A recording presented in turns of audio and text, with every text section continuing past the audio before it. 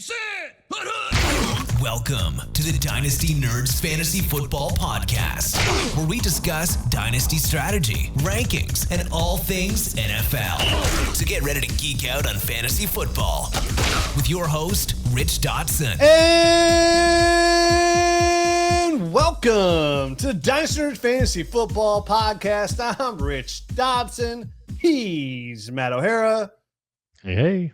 He's Garret Price. How's it going? It's the first week after the Super Bowl. That's right. Now we're just waiting for free agency. Actually, no. Combine next. Combine, then free agency, which is right around like early March 11th. So we're close to spring break, which, guys, I don't know about you or where everybody else lives, but like it was warm out today for the first time and feel like Buzz Lightyear sideways 8 because it has been brutal out there, like a refrigerator. Dude, I drove with my windows down today. Yeah. Just to do it. Me too, like a dog in love. I have my tongue out there and stuff. It's like, isn't it funny how like been selfish out there with that heat putting it on my body? Isn't it funny how like when it's going from like summer to fall and you get a 50-degree day, you're like, oh man, it is cold. Like I gotta, and then you get like a winter going into spring day and you're like, oh my gosh, put on the shorts, bust out the sunscreen. Oh, dude, this is great. I was on my way to the car, taking off my coat and stuff. I'm getting in my car without a coat on. This is great. And I'm rolling windows down. It was touching the air, dude. It's good stuff. I walked out in the morning, even it was 28 degrees. I looked at my son, I'm like, whoa, what is this? Spring break come early? This is like, it felt so nice. Then I didn't go back outside again. I come outside, there's water on the ground, like there's stuff like melting. It's 55. I'm like, what's going on? I'm rolling down my windows because my heat's cranked up to like 80 in my truck. Anyways, you're burning up in the car. Oh, dude, like it's February. Like I do, it's my least. Like I just don't like it. That's it, man. This is like the worst month. Is when you live in a snow covered area. This is the worst because you just want it to be over. And those old school month map makers, they knew what they were doing too. Like, dude, we gotta make this month as short as possible. Like, dude, it's like we gotta shorten this up a little bit. We gotta get into March. So it's like, hey, every day is at least 30 days. And somebody's sitting there in Ohio in February, like, no, man, we gotta we're turning the clock, buddy. Shout out to that guy or gal or whoever. Shout out to that person. Yeah, I appreciate you. So today's show, we are talking, hey, what are you doing this time of year in Dynasty, right? Besides like looking at your roster, checking your draft picks, if you're like me and you're on leagues, you got to constantly update yourself because you forget like what leagues, what's going on. I'm like, there's like a guy I'm talking about, the first guy I'm talking about to buy. I'm like, how many leagues do I have him in? How many offers can I put in there? So I was like, I'm gonna go put some offers out there. I sent Matt, you haven't been in a league. I sent an offer for you. I know. I figured I'd listen to the show and see how much you really liked this guy before I responded to that offer. Yeah, don't be selfish. Just say, what else we got to do this time of year besides like try to make some trades, right? Like what else? Just throw some offers out there. They get rejected. Who cares? I had an offer out there for 3 weeks, guys. Some guy wrote me today. He's like, hey, man, sorry I was on hiatus. I was like, dude, perfect time to be on hiatus. 3 weeks, man. No worries. And then take a little break. Yep. Shout out if you're listening. Still didn't respond to the trade. Because my thoughts were like, what do you think of this trade? His response 3 weeks later, 21 days a day. Sorry, dude. Was on hiatus there. And I was like, yeah, dude, perfect time to be on hiatus. He went back on hiatus, man. That's a big deal. Like it's gotta be that dude who rolled out in February. Like, let's come on, let's get something happening here. Let's warm this up a little bit. So he's gonna wake up. March is right around the corner. It'll be fine soon. Oh, dude, spring break is on there. Even though like this is the first year we're not going anywhere warm for spring break. Well, we went to Killington one year.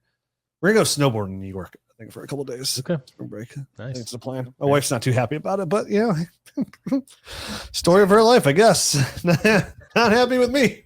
What are you gonna do? Too bad you put a ring on it. It's stuck. It's like an anchor. It's me. It's like an anchor. I mean, that's why they call it a ball and chain, Rich. That's what I call her. Yep. Oh, wait, what? No, you are the ball and chain in this scenario, Rich. Sorry. Yeah, but I'm like one of those like ball and chains where like when every time the ball moves and it bounces, so like it sparkles and glows. Like those balls when you touch it, like stuff happens. You know what I'm talking about? Like the dog toys.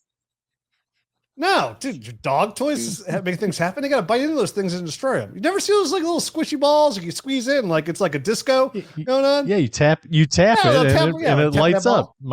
That's on my dog's toys. Sorry. Oh, I think that's how you are too. You just give me a little tap right there on the ball, and it's like, whoo, sparks fly. You would go there, wouldn't you? I always go there. Everywhere. You don't even have to go anywhere. You're just constantly there. It's fine. There's no need to go anywhere. Dude, you have to go there? Like, dude, I'm always here. I live there. This is my life, man. Oh, why take everything so seriously? I mean, come on, let's have fun. Let's talk about inappropriate things and a lot of sexual innuendo, because that's my jam. Why? Because, well, we all have got favorite things we like to do. Some people golf. Rich, not a golfer. Hey, heads up. I don't golf. Wrong balls. Wrong balls. Wrong holes. Wrong poles. All right, let's get into our running back buys. All right. So, God, you're really taking the show off the rail. I know. Some would call this a teenager show, at least rated PG-13. At least. I apologize. I'll try to do better next time, guys. Keep together over there. So, anyways, buys. This episode's buys, right? Yes, this is our running back and quarterback buys. We're starting with running backs. Okay, and, tomorrow sells. There's a whole other conversation. So, that's right. Now, my first buy is, I'm going to be a little redundant because I've only said it just out there casually. It's just been casually mentioning this name out there, a little like, hey, JB, and not jelly and butter, Jonathon Brooks. Just in case anybody was confused out there when I was dropping down, pick it back up. This is a player that I've been trying to get a lot of shares of because, and Matt, you mentioned like how much you love him. It's just, I feel like right now, as the season just ends, when we're going to talk about this even tomorrow, like buys and sells, like the market's kind of what it is and what it's kind of been, right? Like there's not like a lot of risers and fallers. Like, dude, the fantasy season's been over for over a month. Like there's not a lot of movement on there, except for tomorrow when I got one of my sells because of some movement. We're not talking about the morning movement, but for me, Jonathon Brooks is like just a really cheap gamble, right? Like at the most, he's going for like a late second. At the most, I think that's what he's going for. I understand where most people probably wouldn't want to give him up to give they might as well gamble on it. So it depends on how much you do want to gamble on him. I think he's a player like add-on type of guy. Like, because if you come at him with a pick, someone's be like, why do you want him? Like, you're not getting him cheap. But I think he's like the throw-in guy. Like, throw in Jonathon Brooks and we'll get the deal done. No, dude, why do you want him? It's like, dude, I want to gamble. Like, it just like, do you think he's done? Because it turns out like this is one of those players. Like, I understand what you're saying, Garrett. I thought a lot about that too. Like, oh, dude, how do you approach this? Because people are like, well, why do you want Jonathon Brooks? It's just I'm willing to gamble on a player in a weak running back class that could literally do nothing for the rest of his career, right? This could be a nothing. This would be something you gave up Rashid Shaheed for, and you just gave him away, right? Like we all have those trades. Like I traded Joe Mixon away right before the season started last year. The guy who got him, sorry, bro. Sorry, you got nothing in return. You got a big goose egg. I traded for Andrew Luck 2 weeks before he retired. It happened. I still remember that. I still remember you telling me, like, dude, I just traded for Andrew Luck. Did the same thing. I think it was a 3rd round pick for Amari Cooper, and then he retired literally 3 days later. I remember that too. So, cool. And those are shots you take, right? Those are gambles you take on those kind of players to go out there and get. And let's start off with what the head coach said. I mentioned this last time, so I want to get this quote up. And Dave Canales just said a couple of weeks ago, he's like talking about Jonathon Brooks. And listen, coach speak in January means nothing, right? Like this doesn't mean anything. Obviously. Talking about, I don't care if he said he's the starter. It doesn't mean anything, right? Like Josh Rosen's the guy. And then 2 weeks later, they take Kyler Murray. Like, thanks a lot for rubbing me up here. But Dave Canales said he's big. He's beautiful looking. He's flying around. One of the more powerful, explosive athletes that we have. Will have an opportunity to compete to start. This is not an exact quote. This is paraphrased. No, this is a quote. He said beautiful. This is a quote? Looking. Yes. This is Dave Canales in quotes. He's big. He's beautiful looking. He's flying around. All right. One of the more powerful, explosive athletes that we have will have an opportunity to compete to start. Is what he said. Love it. Yeah. Beautiful looking. Yeah. What do you think? He's ugly? You think you can't trade for an ugly guy?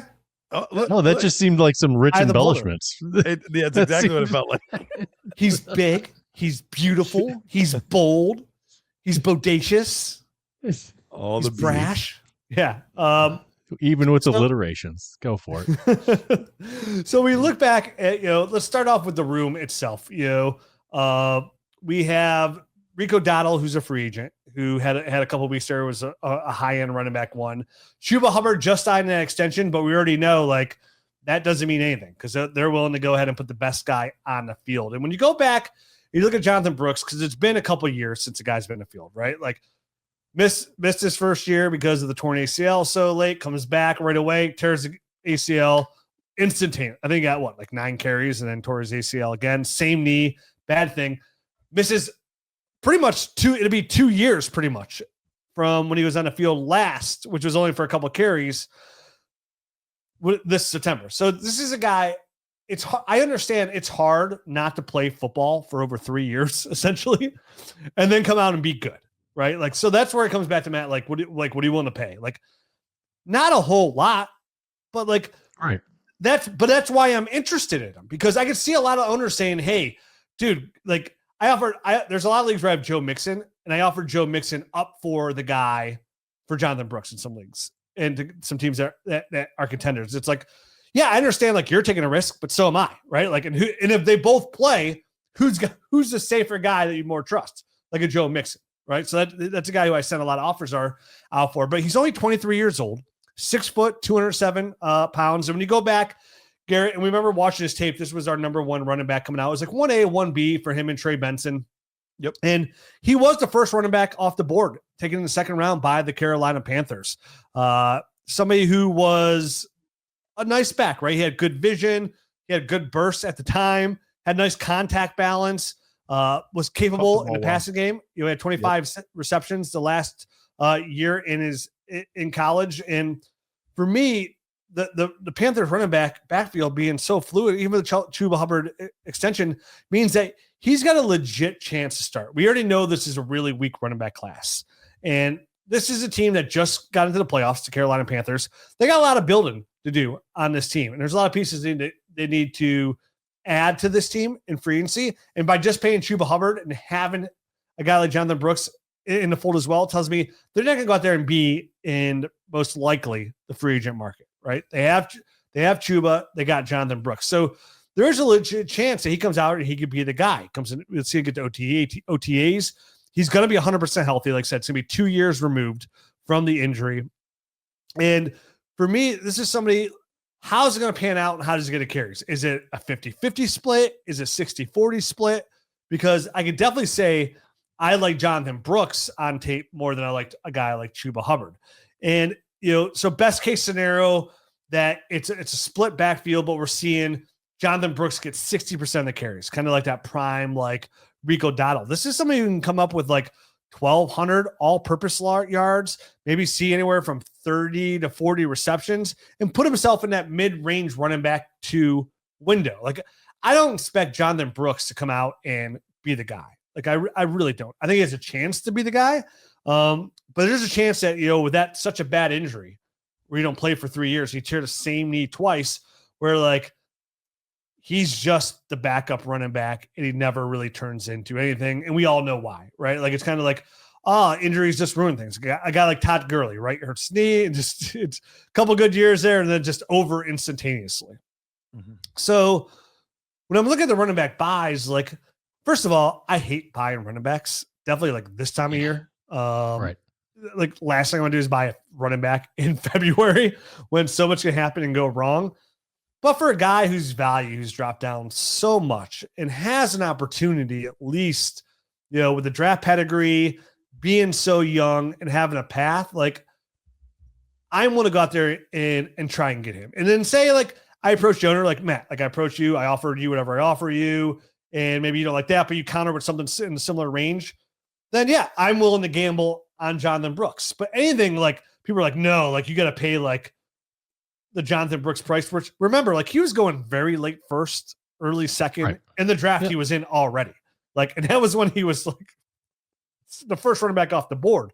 So I think like a late second, a couple thirds, more along the lines of like kind of a couple players for players, kind of just like, hey, here's an upside kind of guy for Jonathon Brooks. I like I like the path there. Like if I'm going to gamble on any of these cheap guys, we mentioned, because I know we just did a free agent show too, or the ADP game where we're talking like running backs, Garrett, like we were mentioning guys like I like Tyler Algier. So we already mentioned a whole bunch of names. This is where Jonathon Brooks name came up as well. There's a ton of different ways to go. But I think out of all those guys, Jonathon Brooks is still the cheapest, right? Because even me, like if I had to gamble like right now on Jonathon Brooks, or hey, do you want Tyler Algier before free agency happens? Give me Tyler Algier before free agency happens, right? Because the running back class is so weak. So like I would rather take a lot of those free agent running backs over Jonathon Brooks. But for the price point, I think he's my favorite buy at this point, because if I miss, so what? And if I give a guy, anybody I give up, it's probably a short-term window anyways, like a guy like I mentioned, like Joe Mixon in that range. Who's another like older? I would not. I mean, you offered me David Montgomery for him, so yeah, I'm sure. There you go. Like David Montgomery's a free agent, right? Like he's a free agent running back that can go somewhere and be he could be what I want Jonathon Brooks to be in a short-term window too, and like get majority of the carries. I think you might be the strongest offer I made in all the offers I made, offering David Montgomery. Like to me, that's like a very fair offer. Like you get a short-term window running back, most likely, who's now about to be a free agent, has an opportunity to go somewhere and be the guy. That could be the sneaky guy that gets a job, or he goes somewhere and he's a backup to, I don't know, Bijan Robinson. Like, I don't know. I mean, yeah, right. Who knows? Right. Who knows where he goes and who he's a backup to? But I mean, it's right that they're both rolls of the dice for that reason, because you kind of don't know what they're going to be getting into next season. But Jonathon Brooks, the good news about him is he's only 22 years old right now. So, I'm looking up and down the list of rookies, and there's quite a few 23-year-olds, a lot of 24-year-olds, and a lot of 22-year-olds. And this guy, even though he's been in the league for a couple of years and hasn't done anything due to injury, he's still not an old guy. He came into the league very, very young. So, these setbacks can mean a little bit more when they're to a 24, when you're talking about a 24-year-old guy who came in at 22 and missed. Well, I mean, 12 and a half months for him. And to be fair, a year and a half. This happened a long time. A year and a half. It did, yeah. So I mean, it's to me, the 22, 22.5 age that he's got on our little spreadsheet here. I think that's good. You know what I mean? That's a positive that you can put in the pro column for a guy like Jonathon Brooks. Just hopefully he can stay healthy this time. And gains and regain some of that explosiveness. So yeah, you want to treat your running backs like Jonathan, Leonardo DiCaprio treats his girlfriends. Basically, the same rules apply. So yeah, same rules. Yeah, basically, those are the rules. Wait, how old are you? You gotta go. Time to go. And we'll talk about that. Actually, that's funny that you bring that up. We'll talk about that in the Cell episode in the next one. So.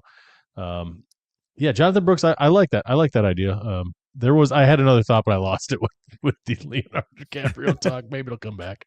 But for what it's worth, Jonathon Brooks, his ADP is, he's like the 176th player off the board. I'm in the midst of a startup with the Nerd Herd, so obviously they're a little more hip. They're taking him a little earlier than that, but he's still only going. He went 146 overall. So even there, that's the early part of the 13th round. At that point, it's truly just home run swings. Anything after the 10th round is literally just an old guy because I'm a contender and I'm going to take this old guy to try to get like one more year out of him, or home run swings. And Jonathon Brooks is one of the best home run swings that you can take right now. He's a guy that's a single swing. Yeah. At least, hey, can I gap one? Maybe we'll see. And back to the whole situation there, Rico Dowdle. I mean, they made it sound basically like he's not coming back unless he gives him hometown discount. So, I mean, I would expect that that is the backfield is Chuba and Jonathon Brooks and probably some undrafted free agent or late round rookie type of guy. And I like Jonathon Brooks. I like his chances in that kind of backfield to get some sort of carries, right? But you like him more than David Montgomery. I guess that's the thing. I gotta look at that roster. I can't remember what my roster looks like in that league. Like, would I rather just have the high upside guy, Yeah. or do I need a running back for next year? So I'm gonna have to look at that. For what it's make to- worth, if you are in a startup right now, I've made my position on this pretty clear. But even if it's just trades, either way, I would much rather fill my roster with Jonathon Brooks. After my 5th or 6th receiver, like after that, I don't really need that many more because I don't know when to start them. I'm going to know if I can start Jonathon Brooks or not. So you want the bottom of your roster to be beautiful. Big and beautiful. Big and beautiful. Little BB.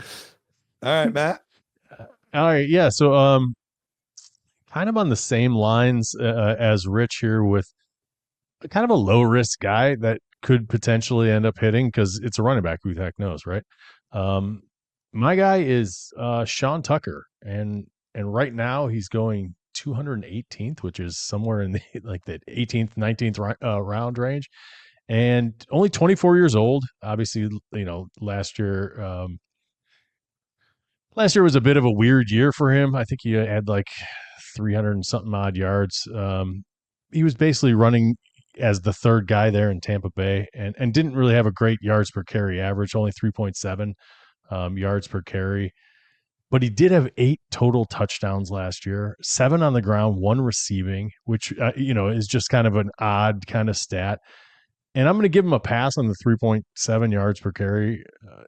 No one was really rushing the ball all that well behind that line. And the year before that, he had 6.2 yards per carry.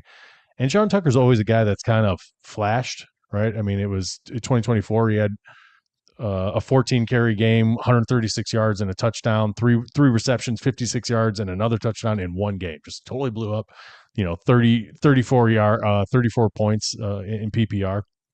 And he did a very similar thing last year. He had 19 carries, 106 yards, two rushing touchdowns, and then 2 catches, 34 yards and another touchdown.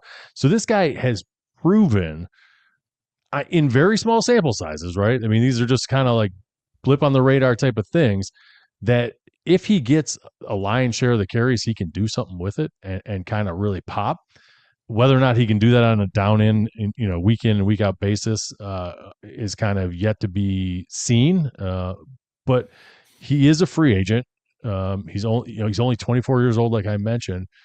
So I feel like, especially given the fact that this is a pretty weak class here from the running back position, there could be some running back needy teams out there that see a guy like Sean Tucker and go, this guy's not a number 3. I want this guy on my roster as my number 2. And from there, we all know what can happen at the running back position. A guy gets dinged and all of a sudden this guy pops. And who knows if he's one of these Rico Dowdle flash in the pan type of guys who all of a sudden shows more and more and more, and all of a sudden gets kind of taken a little bit more seriously. I think he's got the kind of game to do that. And really, I looked in the trade finder, and he's going pretty cheap. I mean, you can get him for basically a third or right around a third in some leagues. I think I have Tucker and a third for a second. Stuff like that is in there. Or there was a Parker Washington for Tucker and a third. So, I like Parker Washington, but like if you need a running back and maybe a pick or something like that, I don't think it's a bad move to make a move like that, because Parker Washington, you like him, he's got some upside, but who knows if he's actually going to hit. So what do you guys think about Sean Tucker? You guys in on Sean Tucker? You guys like him at all? Knowing that he's a free agent this year, I like that he's a free agent. He's going to get a job as a backup running back. Like there's so many free agent class. He's going to get the job. But you're right. Like, I mean, today's NFL, like you want to have those guys in your roster. Like I want my whole bottom of my roster filled with like backup running backs. Like that's what I want. That's the most bang for your buck that you can get. Like the more of those guys that I inquire, and like you said, in this draft class, it's weaker. Would you either go ahead and gamble on that and just wait for that Sean Tucker, hopefully spike from now, and I'm sure he'll get a kind of deal where he's by the backup running back next year. And what you do is like you buy those guys, you sit on them, and you hope that due to a bad situation where somebody gets banged up and they're out for a little while, or worst case, somebody tears their ACL, and all of a sudden Sean Tucker's thrown into the starting role and he's averaging 5.5 yards per carry. that's something you can get 2 seconds for, or a second round pick now for that you paid for a third. So it's more of a player you buy not for long-term, success to help your dynasty team. And maybe you'll need him at that time. So I'm not saying that's not the case either. Like you also want those guys not just to sell, is because there's a good chance come playoff time, you're going to need running back help, right? Like you're going to need it. And if you don't, then you're blessed to be able to sell it. So like either way, it's a win. And when you play Dynasty, you play with deep rosters. So you have roster cloggers. You want the guys that are most fluid on your roster to be running backs. Like, ever since, Garrett said this, like, I don't know, like 4 years ago. So he's like, dude, you don't ever want to have like your roster just filled with all these like receivers you're never going to start. They're never and Matt, you mentioned like Parker Washington, right? Like Parker Washington's probably the creme de la creme of receivers you don't ever want to have to really start, because for the most part, you don't know it's like when you're going to get good Parker Washington, right? Like, and not that he's not good, it's just the opportunity is going to present himself to be the guy there in that situation. So, you want to have, say, if you start 3 running backs, or receivers, and you got a flex, you want to have like 5 solid receivers and then a couple of like guys. Besides that, that's it. Like 7 receivers on your roster at the most. And then you want all those backup running backs and then backup quarterbacks and then all those tight ends that can come out of nowhere. Like the last thing was receivers. So getting me a guy like Sean Tucker is the kind of roster filler that I want. And honestly, like if he falls the third string on his team that he signs with and it's over, great. Those are the players you can cut with no problem whatsoever, compared to having a guy like Cedric Tillman on your roster, right? Like you're like, that's a great example. Yeah, like I can't cut Cedric Tillman. If you were like, why can't you? Like, I don't know. But chances are you can cut Cedric Tillman, but it just feels grosser than cutting some running back that falls to third string. Like I just cut Ty Chandler literally before the show here. And it was like, all right, it didn't hit. See you later, but like you haven't done anything. See you, bye. There's so many of those guys, and those are those receivers are, man. They're just like they're the albatross of your dynasty team. They just sit there. You're never gonna start them. You can't cut them. Why can't you cut them? Because somebody else can pick them up right away. Oh no. The biggest fear is like I'm gonna cut him, and then he's all of a sudden gonna pop off like he was the last 7 games of 2023 or 2024. You know what I mean? It's like, come on, baby, give me a little something. No, I like this, and yeah, obviously I'm in that same boat. You mentioned his ADP. He went exactly basically where his ADP is going in this most recent startup I'm in. He went in the first pick of the 19th round, so that's where he's going. But there's no risk.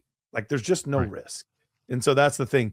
The more low to no risk guys that I can get on my roster, give me all the Sean Tuckers, give me all the Devin Neals, give me all the Emmanuel Wilsons, give me all that, give me all those guys.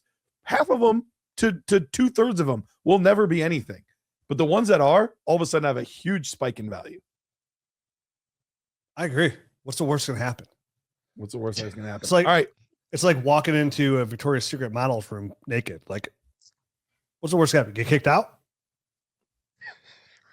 There might be. You won't hear you might not hear a creepier statement on this podcast. Wait. Yeah, a lot worse can't happen. There might be more worse things than that one. I'm sorry. In a Speedo. Naked in a Speedo. There we go. All right. It is kind of gross. A Victoria's Secret Speedo, mind you. Oh, is that a thing? Victor's Secret. All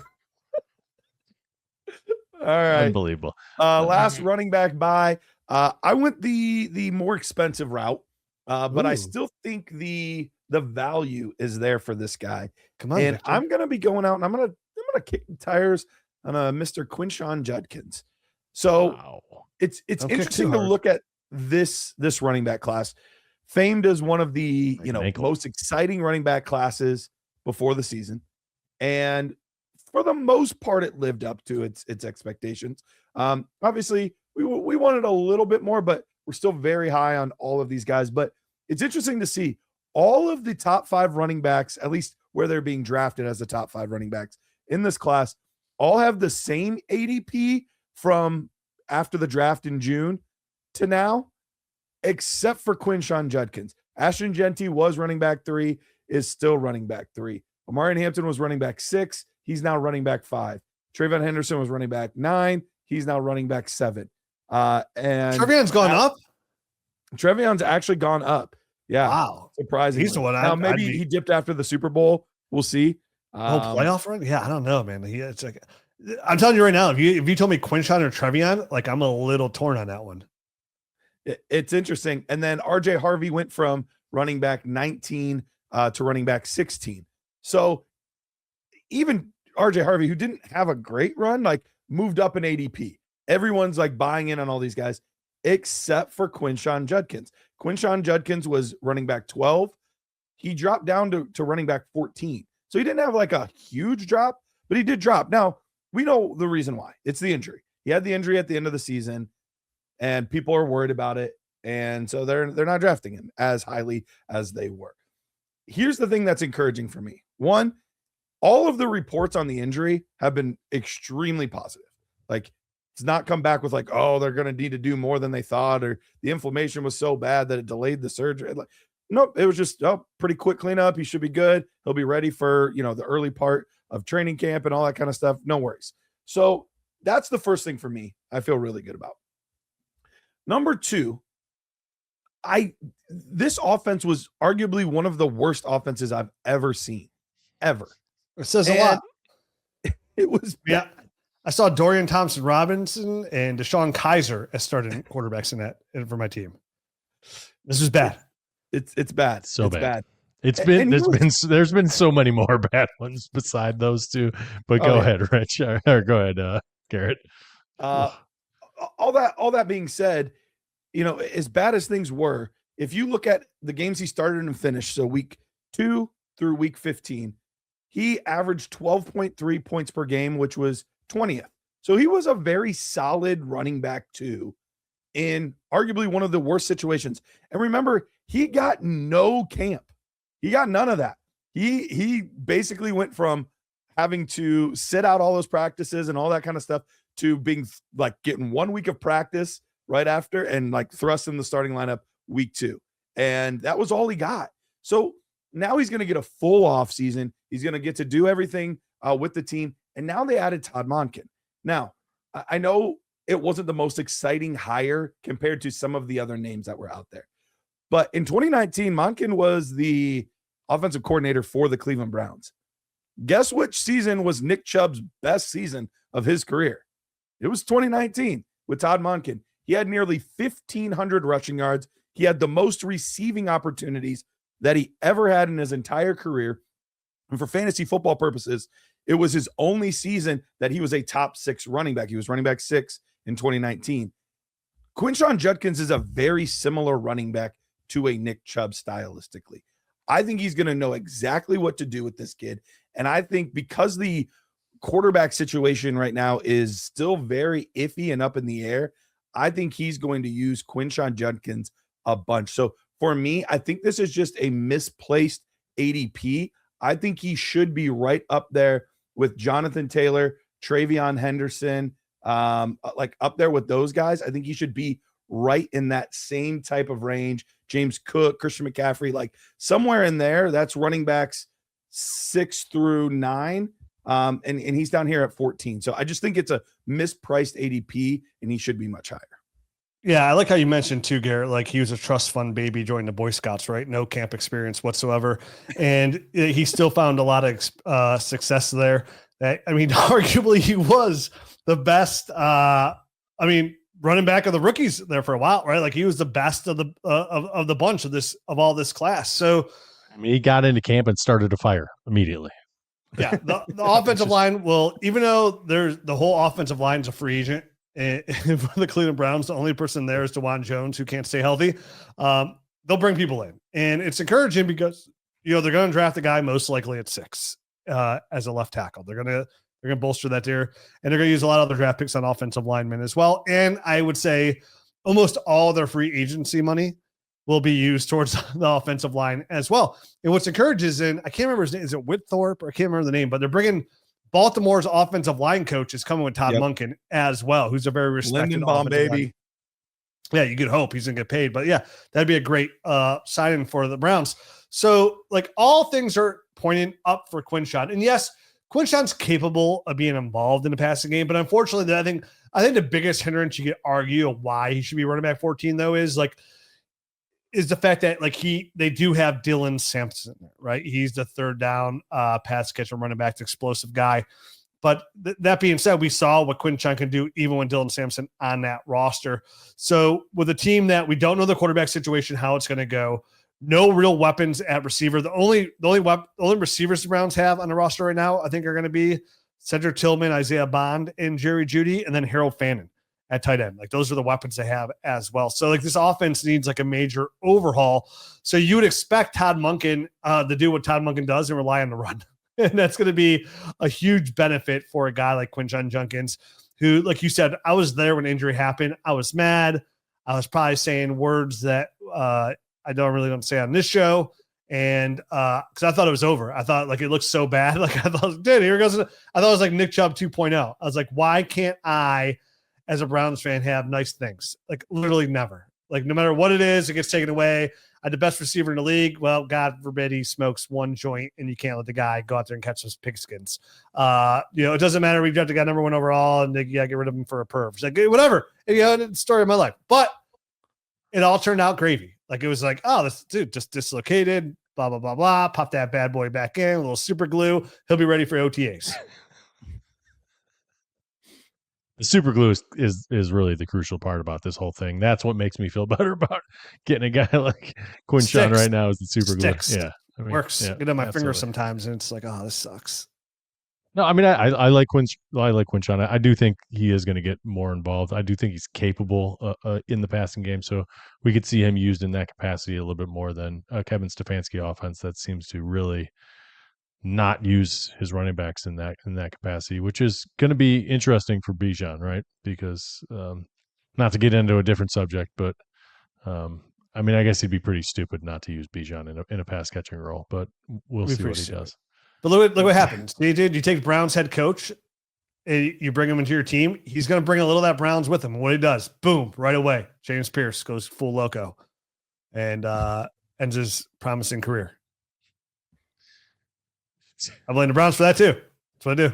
You're going to blame the Browns for that? Yeah, for sure. It's the worst thing that's ever happened to me in my life. Becoming a Browns fan? Yeah, dude. For somebody who loves football, no, I love the Browns. I mean, come on, I got 3 different Browns tattoos. I'm a degenerate. So, but if I was born, I wonder if I would have been as passionate about football. Probably if I was born elsewhere. I think the misery is what makes me so passionate. It does bring out a lot of emotions. Doesn't it? All right. So, we still got quarterbacks to talk to you about. Before we get into that, I got to tell you about our friends over at myffpc.com. Peeps, we just mentioned, hey, what do you got going on in February? Not a whole lot. You got your team to look at all the time. Why don't you pop over to myffpc.com and check out their orphans? That's right. They got orphans. Some are named Danny, some are named Larry. Who knows? Pick out the one you want. You can name it. It's your team. Once you adopt them, doesn't matter what they're named before. You bought them. They're your kid now. You can name whatever you want. Hey, your name was Elizabeth. Not anymore. It's Marilyn. Sorry. That's what it is. I bought you. My mom was adopted and her name was originally Genevieve and then it was Tracy. Whoa. See? What a pivot. Look at that. What a pivot. See, yeah, you can do whatever you want. It's your stuff, right? So you go over to myffpc.com. Yeah, I mean, until they're 18. Or no, technically they could can't they get what did Macaulay Culkin do? What's it called when you divorce your parents? Emancipation. Yeah, that's right. I think that's it. Yeah. Anyways, you can do that too. But your team of MyFFPC ain't emancipating anything. They're yours. You can get in there and scoop them up. They're orphans right now, and they release new ones every single week, man. Teams that are heavily discounted because they need a full rebuild, which if you're a dynasty enthusiast like we are, you're up for the challenge, right? Oh, dude, I'm getting this $1,000 team for $500, $400. Dude, what a discount. I'm going to trade this person, that person off the team. I'm going to rename the team Rich's Renegades. I don't know why. I don't have why? Because why not? Alliterations are your thing today. Yeah, that's keep it my going. Thing. Well, to be fair, all my dynasty teams that aren't nerds related are cardiac kids. All of them. So yeah, I mean, get out there, get a good discount. And my FFPC is just the best place to play Dynasty, when you are looking for new ventures, because No league has ever folded in the history of the website. So you have the safety of trading away all your picks and go into a full rebuild without worrying about the site just dissipating and going nowhere. Adios. It's still there forever and ever. As long as there's power, no EMPs or alien invasions, then you're good. So you check them out, use that promo code NERDS, and they're going to give you $25. So if you buy a $75 team and the team super sucks, 2 S's, if it super sucks and you got to go sideways with it, you might get it for $35. And if it's $35, use promo code NERDS, you get it for $10. You get a whole new Dynasty team and turn around. And guess what? If you're like, dude, this is more like a handle, then you leave. You just pay you just use $10. They're going to sell it to somebody else at another discounted rate. So nothing else to lose there. Check them out. They have new leagues starting as well. It's the best place to play Dynasty fantasy football. Check them out. myffpc.com. So many letters. So many letters. All right. And FastDraft, man, I have been really, really enjoying their Origins tournament. If you guys have not hopped in yet, like you're missing out because there's a huge edge right now. People are still drafting Dante Moore and Justice Haynes. I repeat it every week and people still draft them. I don't know why people don't realize who's in this class and who's not in this class yet, but they're still drafting them. So you have a huge edge over on FastDraft. Go into the Origins tournament. We're already, we're knee deep into rookie content and stuff over on the Draft Nerds channel. We're about to start hitting that here at Dynasty Nerds. Use all of that knowledge and win yourself some cash. And when you do this, guys, when you do this and you use promo code NERDS, deposit at least $10. I'd recommend depositing 50 because they'll double it up to $50. So, extra money there. But on top of that, you'll get a free year of everything that we do. Specifically the film room. It is film room season. Like Matt texts me, I swear, every other week. And he's like, dropped 85 more videos, dropped 102 videos, dropped 91 videos. Like it's not even a good class. And we're cutting up this much tape. Like there is so much to go. You got to check out. You don't want to hit those landmines. You want to find the gems, the diamonds in the rough. You got to go into the film room to do that. And you can do that absolutely free. Use promo code NERDS at FastDraft on the FastDraft app. And if you've already done it as a member, that's all right. Still put it in there. We're going to give you $25 to our merch store. Get yourself a t-shirt, get yourself a beanie, something sweet like that. FastDraft app, do it today. Yeah, remember the Nerd membership? Say you don't want to watch film. Like, dude, I understand you got this all 22 film room. It's the dopest thing out of all Dynasty sites anywhere. Like, it's the coolest thing I've ever seen in my life. But like, I ain't got time for that. Like, I got kids to feed. I got jobs to work. Like, I can't sit here and watch all 22 film. We got the rookie guide coming out, and we got all the podcasts. We have everything else you need too. So make sure you don't have to watch the tape if you don't want to. We'll give you still the tools to dominate your rookie draft. So, hashtag nerd herd, get in there. Now, what are we talking about? I think before we move on to quarterbacks, I think we got to at least touch base on this Macaulay Culkin thing. Did you see his triumphant return in Fallout? I have not watched the new Fallout. You haven't watched it? No, are all the episodes out yet? You wait for all the episodes to come out? Yeah, dude, I'm sorry if new age television's ruined my whole habit of watching TV. I can't wait. I gotta watch it all in a row. Garret, are you a Fallout guy or no? So I enjoyed the first season. I watched the first couple episodes of the second season and it kind of lost me, but I want to get back into it. Yeah. Because I played the video game back in the day. I never even played the video game. And this one, I love that time frame. You know what I mean? Like the dystopian and it's like old, but it's not. Right. Exactly. Like the post World War II era stuff is just kind of interesting to me. But anyway, sorry to get us totally sidetracked on favorite shows. What are your guys' favorite shows you guys got going on right now? Anything? Yeah. Anything good? I'm waiting for the 97 Kingdoms for all the episodes to come out, and I'm gonna watch that. The new Game of Thrones. Okay. Yeah, the new Game of Thrones. I hear it's the best Game of Thrones since the original.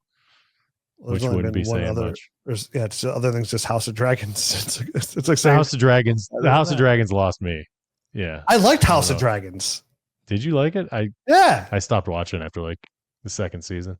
Oh, wait. There's only one season. No, there's more than one season of House. Yeah, there's only. It was like halfway through the second season. I just stopped watching. It's I stopped watching after 2 seasons. There's only 2 seasons. That's in the second season. You know what? Is what I You know meant what? to say. I didn't even get all the way through it. House of Dragons is the 3rd best Game of Thrones show.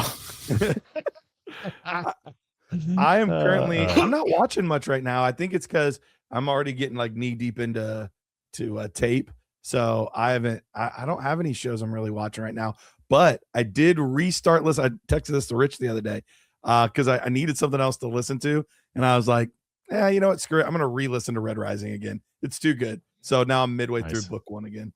I can't wait to re-listen one day. I started a new book series called The First Law trilogy by Joe Abercrombie, and it's okay. I'm halfway through the second book, and it's like I have to finish it just to finish it. But I was like, I wish I didn't have to. Like, I reserved a new book about like Native American, like the Comanche Indians, which I gotta wait for like a week for. And like when that comes out, like whenever I'm in this book, I'm a big if I start something, I gotta finish it kind of guy. And yeah. But Red Rising again, shout out, best books I've ever read in my life, dude. I'm doing the Lord of the Rings again, so it's all good. Oh, nice. It's going to be like the next month and a half of my life is just listening to that while I'm working. So yeah, so long. Never read it on tape. Oh, they're very good, man. I mean, if you like the movies, they're much more detailed and much better. I love the movie so much, so good. Yeah. Anyways, quarterbacks, right? Yep, quarterbacks. Yep. Anyway, quarterbacks. So the quarterback market's funny because we were talking about this via text message. We're like, man, the quarterback market's kind of like pretty on point. I mean, the buys are good. I'm good with the buys because I think there's some value there. Yeah. It's more when we get to the sells that is the trickier part. Yeah, there's nobody out there. But anyways, so my buy. We could talk about that on the next show, right? Guys? Yeah, come on, premature Garrett. Story of my life. Leave it to Garrett. Come on. Get ahead of himself. Let's have some fun. I'm finished. All right. So my buy is kind of going the same thing on the Jonathon Brooks. Is like I'm buying at this point. I'm checking. Now, when I say buy, I am testing the waters, right? Like I'm putting like, how you're digging through the clearance rack?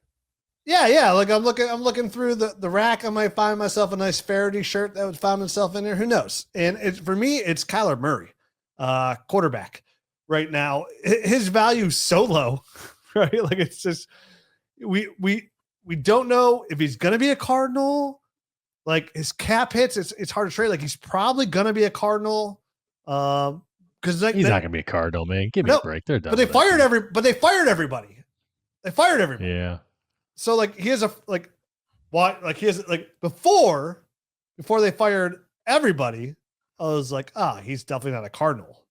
But now, if there's nobody there to kick you out, like who's gonna kick you out? Dude, they have to know that they can't win with this guy. Who? Everyone that's the whole league. What do you mean who? Everybody. The owner, the rest of the teams in the league, everyone knows that they can't win with this dude. So why would they stick around and pay him all that money?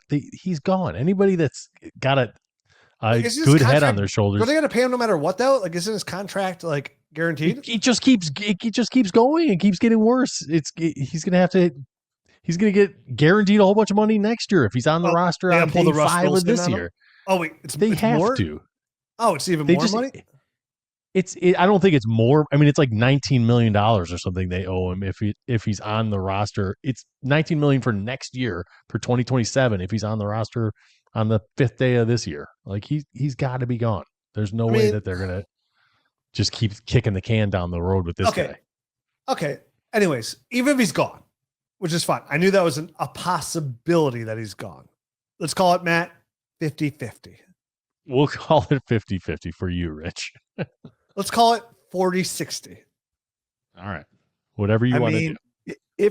If they cut him and it's a post June 1st, they're still going to have to eat $47 million this year, man, which is a lot. Yep. What I would do just is 10% of that.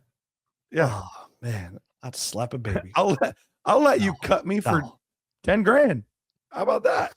But here's the exact amount: $19.5 million. I was only $500,000 off of the 2027 salary, fully guarantees on the 5th day of the league year of 2026. So do you want to have him on your roster for another year, or do you want to get rid of him and finally just cut bait on this guy? So March 16th is by the time he has to be cut by. So March 15th, he's going to be cut by. So we'll know Kyler Murray's future by March 15th. We will. Which is, my calculations, about a month away. Right now, he's got, what I'm seeing on Spot Rack is in 2026, his cap hits $52 million and his dead cap is $54 million. So if they post June 1st him, they'll save $47 million. If you click the little cut button there, it'll show you the. Oh, okay. First. Spot Rack has a cut button now? Look at that. So they'll save money with the designation. Okay, so listen, let's call it 2080 that he's on the Cardinals next year. But even if he's not, listen, they're not doing any favors. Marv Harrison doesn't do anything. Michael Wilson, there the whole time Kyler Murray is there. When does Michael Wilson show up? When Kyler Murray's on the bench. Thanks for nothing, Mike. Thanks for nothing. Trey, you've always been pretty good. Well, first 2 years you weren't. But that third year, you're really good. Kyler's going to get shot somewhere else. Can you imagine Kyler throwing to Garrett Wilson? I can. I think that's probably the most likely scenario is him becoming a New York Jet. That just feels right. And listen, the biggest thing Kyler has always been to, like his rushing ability. He's 29 years old. Post ACL in 2024, he's quarterback 10. Obviously, then 2025, he's not good. He gets a Liz Frank injury. Just a real bad year for Kyler. And for the most part, we've known Kyler's not like some stud Super Bowl quarterback, but he's definitely a capable starter in the NFL. And people are treating him right now like he's done, right? But more likely than not, he's not done. So my point is, like, if there's a path where, like, say you need quarterback help and you're a contender, and there's a path where you give up your late first for Kyler, and maybe you get Kyler, maybe you even possibly get a little something back on top, right, of Kyler. My point is, Kyler is going to get an opportunity to start somewhere. And we know reclamation's been the key. I mean, dude, Sam Darnold just won a Super Bowl, which is wild that out of that quarterback class, Sam Darnold's the first one to win a Super Bowl, which is wild to me, on his fifth team, nonetheless. So for me, like, anytime you get a quarterback that is going to be a starter that is just okay, he's still a high score in fantasy player. You take a player like Kyler Murray, who has rushing ability on any team, he has a chance to be a quarterback 1, which is a top 20 overall scorer, top 15 usually overall scorer. So my point is, like, do I love Kyler Murray?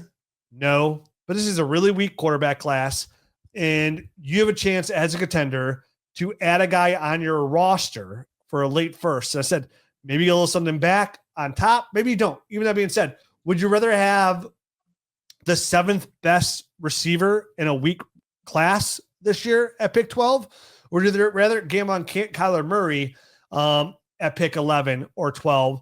Somebody who could legitimately help you win that championship. You're already a contender, right? This is a contender by a contender gamble. And maybe it's a small 2 to 3 year window even, or just 2-year window, like the Justin Fields kind of experiment there with Kyler Murray. As long as he's a starter, there's odds are your quarterback 2 is not probably going to produce like Kyler Murray is going to produce. And my point is, like, he's going to be, if it's not in Arizona, which is about 82, if we're calling percentages out there, is what I'd give it. Matt probably be a little lower because it's what he is. He's just a numbers kind of guy. He's going to be a starter somewhere because tons of teams could use quarterback help right now. And there's only one quarterback in the draft. And if even another quarterback goes later in the draft, like the Ty Simpsons, the Nussmeyers, like, they're not coming out and starting day one anyway. So they need a bridge.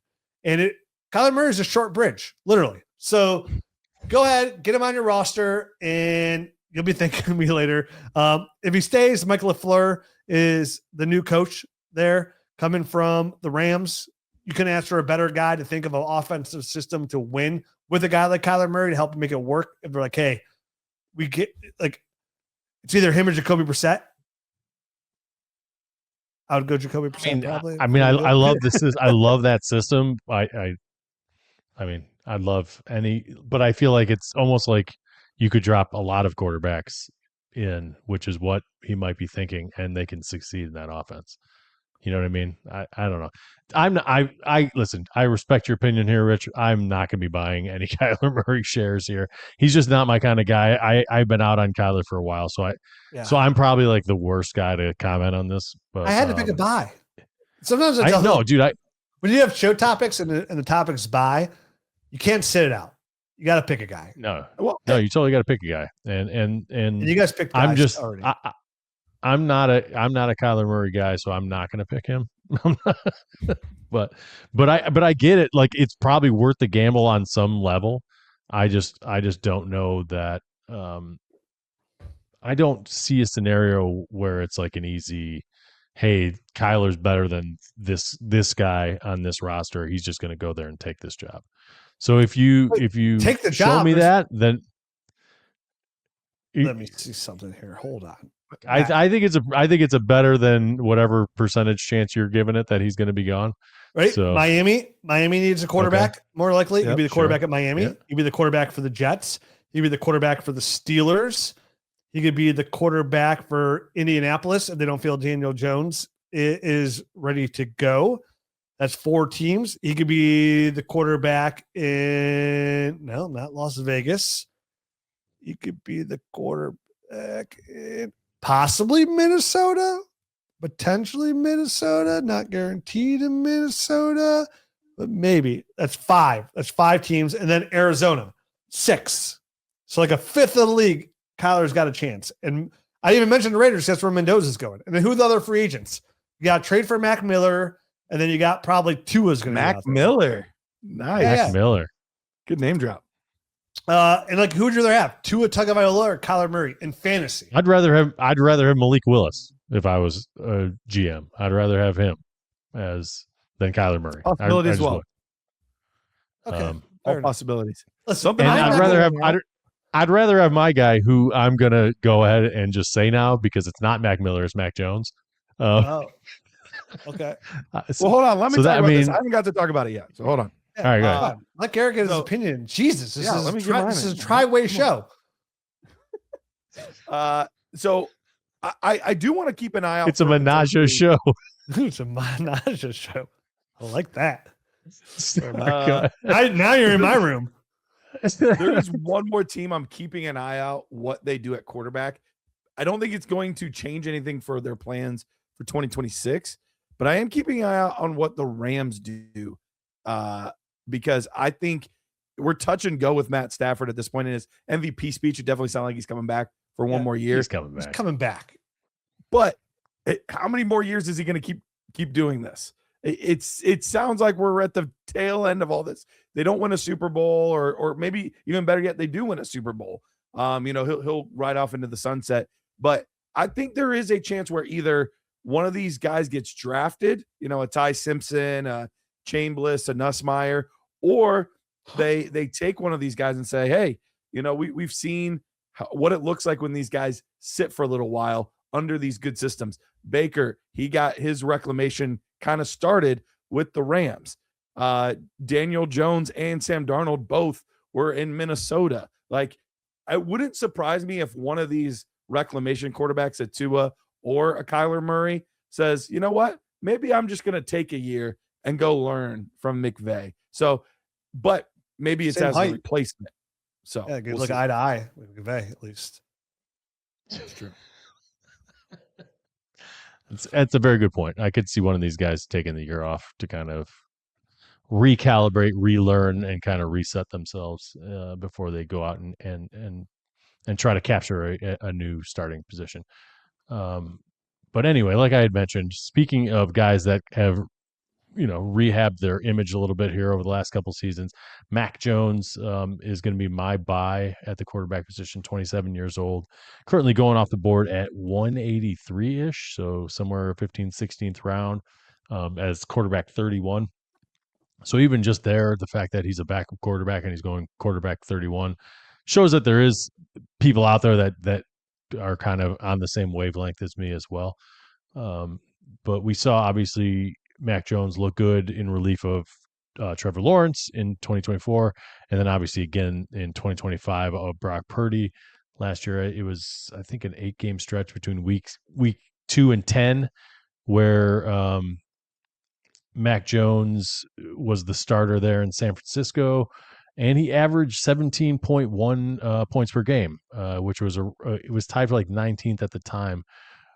But if you extrapolate that 17.1, I know it's impossible to do that, but if you were to have that same average carry throughout the entire season, he would be at like 290.7 points, which was good for quarterback, which would be good for quarterback 12 in this past season, just as kind of like a reference. Like you hear 17.1 and you're thinking 19th, on a points per game basis overall.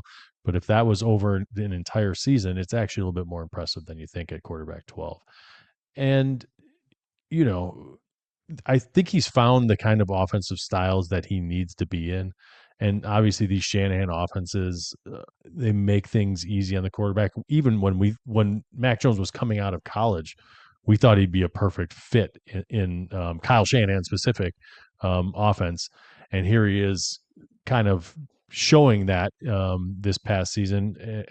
Obviously Liam Cohen has kind of got an offshoot of that as well, as far as his offense. So those are the past, or no, it was not Liam Cohen. It was, what's his name from Peterson. It wasn't Peterson. It was, who was after Peterson but before Liam Cohen, or was it Peterson? Wasn't Peterson last year? Was it Peterson last year? I think so, because it was Urban Meyer, and then I thought it was Peterson that took over, and then okay, okay, yeah, you're right. I'll take your word for it. But he looked, either way, he looked really good in this offense, and he looked good in the year before. So I do think there is going to be a trade market. It sounds like that is the rumors going around this past weekend here at the Super Bowl and everything, that it could potentially, they don't want to get rid of him. Of course, San Francisco doesn't want to get rid of him, which is what you have to say when you're trying to drive the price up for trades. And there's probably going to be an offer that they just can't refuse. So I do think he's going to end up getting a job. And at that point, I think his ADP goes from QB 31 up into that teen area. So, 16, 17 area. So there's going to be an immediate jump once a trade happens. So if you get in now, I think you can kind of get in before that bump. And wherever he goes, you're going to see an immediate jump in Superflex tight end premium, Superflex or Superflex tight end premium leagues. Right now, he's going for a 26th third in a league. I saw in the Trade Finder a 26th second, which is a bit, I think, right on the edge of where I feel comfortable, but a couple of thirds. If it's late, I'd be okay with that kind of move, because you're getting a guy that is likely going to get his shot. And we've all seen, obviously, the Sam Darnolds of the world, the Baker Mayfields, these guys getting a second chance in the league. It's becoming more and more popular. And obviously with Sam Darnold now winning a Super Bowl, I think that's going to be, it's a copycat league. So there's going to be a GM out there that's like, this is my Sam Darnold. This is my guy that's going to turn things around for me. And so somebody's going to go out there and make a move for him, I feel like. So you're really going to get kind of an instant bump in his value, I think. No, I totally agree on that. I do think you're going to get an instant bump, and I do want to get in now. So I'm 100% on board with that. But I am also going to be, as soon as I get that, then I'm turning around and flipping him again. Because once he gets that bump, unless he goes to Minnesota, all of the other teams that he's going to go to are not going to be good for him. They're not really his style. They're not good systems. They're not good teams. And he doesn't run much, so he would have to do it mostly through the air. And none of these teams have receiving cores outside of maybe the Jets that would even give him a chance to do that. So I think for me, it's buy now and then sell again once he gets that job. Makes sense. Yep. It could be a good bump, or it could be baking soda. We don't know, because the big thing here is, like you said, is you got to trade for the guy. So for me, like, I don't know, like you're like, he had a couple of good games. A lot of people are like, here's the thing. I haven't heard any news about teams even being interested in Mac Jones right now to trade for. Like, there's been no like rumblings. There's been no team linked to him, but there has been rumblings about there are going to be teams that are interested in it. Yeah, interested for But the right nothing price tag, but specific. I can't imagine like the 49ers just giving them away either. So like, I don't know. I'm curious about that one. Like listen, for a 3rd round pick, like I'd rather have him as my backup with a chance to start for what he looked like in case Brock Purdy goes down again. But for me, like, I don't think his price tag moves too much. Like when he does get traded, like you're not getting a first for him. Like you probably still get him for a second. So like, I would rather wait till he gets traded and then trade for him. Then pay a second, like for a 3rd, yeah, whatever. Like whatever. If I need quarterback help and like I have Matt Stafford and Jared Goff, like I need something in the back end that can't that does get ID'd for alcohol. I want to go ahead and make that move. So for me, I just want to I'm not 100% sure he gets traded. That's my whole big thing. Like, because if I was San Fran, like it's for sure a gamble. Yeah. Everyone we're talking about for the most part today is a gamble outside of Garrett's bumping into dude out. But even then, anytime you're a Cleveland Brown, it's a gamble. You're playing with people's lives out there, kid. Just because they're cursed. Yes, of course. Garrett, all right, who's your Snuffleupagus? Yeah, last one here. And this is the there's a quarterback that like gets a 4 to 5 year cycle where he's unsexy, unfun, but opposite of Jonathon Brooks. Huh? Opposite of Jonathon Brooks. Opposite of Jonathon Brooks. Big and beautiful. But we mentioned his name, Jared Goff. I don't know what this guy has to do to earn respect. Like it's hilarious because he's 30, he's gonna be 32. So it's not like he's ancient or anything like that. But his finishes over the past 4 seasons in fantasy football were quarterback 10, quarterback 6, quarterback 8, quarterback 7. Like he's quarterback 6 through 10 every single year as a Lion. And if you were a little nervous coming into this offseason, I get it. Ben Johnson's gone. Like we'll see. He just proved it again. He was quarterback 8 this year. Like he was good again. And where is he right now in our ADP? He is quarterback 16. So like to me, it's always ridiculous. It's always silly. Kirk Cousins was that guy for a long time. Drew Brees became that guy. Like there's a lot of good quarterbacks that are just not fun, not exciting, but put up numbers. And they're the biggest cheat code in fantasy football because you just pay a cheap price and you're like, oh, I'm going to get good production for the next 5 to 6, 7 years. I don't know. And so, look, I know nobody's going to be writing home about like, oh, breaking news. Garrett just said, I got to go get Jared Goff. But we remind you of this crap for a reason because people still aren't doing it. He's quarterback 16. Like, I don't know. He's what quarterback 16 in my rankings. I went to go look before I said anything. And you're right, but he's quarterback 16 in my rankings. That's not good. I mean, no, it's just here's the thing, Garrett, because you're right? Like he is. I think you kind of make the same argument. Like I think him and Dak Prescott are like in the same boat. Like they are. They're in a very similar boat. That's why they're my 2 favorite quarterbacks. Are just right. And I've been saying the same thing about Dak Prescott, but like if you honestly look at the guys ahead of them, like from a dynasty perspective, they're all just like they're all younger, and you're like yeah, if I was going to start up, like I can't even find guys that would take ahead of him. The guy I have right ahead of him at quarterback 15 is, I'm sorry, he's quarterback 17 for me. Dak's quarterback 16. Like similar type of guy. Like a startup, I'd rather have Cam Ward and gamble on Cam Ward. He's the only one I can even see is close, like Brock Purdy, Lamar, Hurts, Trevor, Jackson Dart, Joe Burrow, Pat Mahomes, Justin Herbert, Caleb Williams, Jaden Daniels, Josh Allen, Drake May. I get it, but okay, here's why he's a buy. That as these numbers worth in my head, it's like he's obtainable of all the quarterback ones. He's obtainable. Him and Dak are obtainable. He's obtainable, and the thing is, it's not as much a buy from the perspective of he should be higher in rankings or higher in ADP, because I get it. All of those other guys, the reason you're drafting them is because they have a chance to be a top 6 guy. Jared Goff's more than likely not going to be. He's going to be living in 6 through 12. Very, very good, but not elite. He's going to live there. But the thing is, like, I just don't need to take that risk. Why take that risk with my quarterback 2 that maybe could be quarterback 6, but more than likely he's going to be quarterback 18? Like, why take that risk when you you have that guy? So that's why for me, in all my startups, it's like I'm looking at now. Baker Mayfield has entered that group. Baker, Jared Goff, Dak Prescott, like, and I'm just going to keep taking the points per game value, even though in my own rankings, I'll rank some of those guys ahead. I just don't like having to take those guys in that spot. I'd rather wait and take the value. That's such a strong case. I'm left speechless.